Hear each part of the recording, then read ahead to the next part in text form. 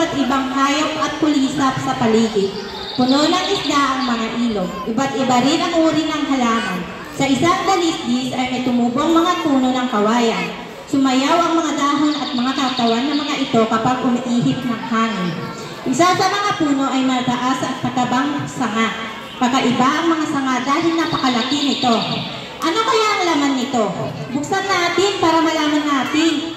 Tinutuka-tuka ng magkaibigang ibon ang kawayan hanggang sa bumuka ang kawayan.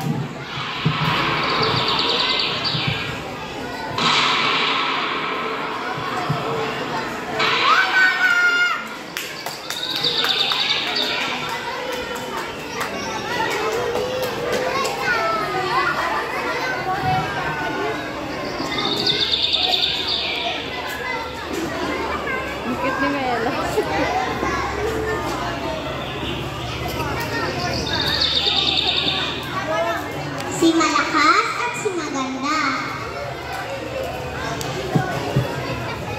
Nilikha ng Diyos ang mundo. Kasama ang mga karagatan, bundok, puno, at mga hayop. Sa tulong ng isang ibon na pinakpak ang kawayan at nailabas kami.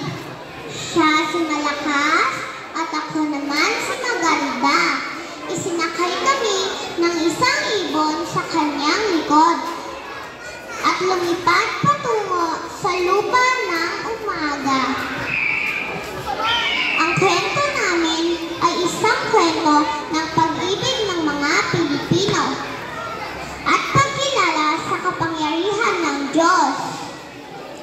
Tayong mga tao ang pinakamataas na nilikha, matatag, may kalayaan, nagkakaisa